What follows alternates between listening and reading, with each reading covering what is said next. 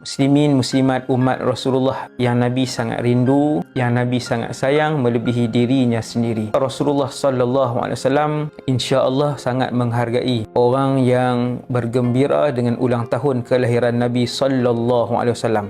Iblis membuat 4 kali pekikan sepanjang hidup dia. Yang pertama ketika mana dia dilaknat oleh Allah Subhanahu wa taala, dan yang kedua ketika dia dibuang daripada syurga turun ke bumi. Yang ketiga, iblis menjerit ketika mana surah Al-Fatihah diturunkan. Dan yang keempat, iblis menangis dan memekik melolong ketika mana Muhammad sallallahu alaihi wasallam dilahirkan. Makhluk yang paling Allah laknat, dia benci dengan kelahiran Rasulullah, dan kita umat Nabi Muhammad, kita suka dan gembira dengan kelahiran Rasulullah sallallahu alaihi wasallam. Sebab tu saya nak peringat kat tuan-tuan, ada satu kumpulan tapi dia tak suka tiap-tiap kali kita sebut tentang Maulid, kita sambut Maulid dengan zikir, kita sambut ulang tahun Maulidur Rasul dengan beribadah, dengan buat kenuri, dengan bacaan maulid, bacaan berzanji, dengan bacaan qasidah, dengan ceramah. Ada satu kumpulan ni dia tak suka. Jadi tuan-tuan berhati-hatilah, ni nasihat saya. Jadi kita harap kita umat Nabi yang ikut panduan yang benar, panduan daripada ulama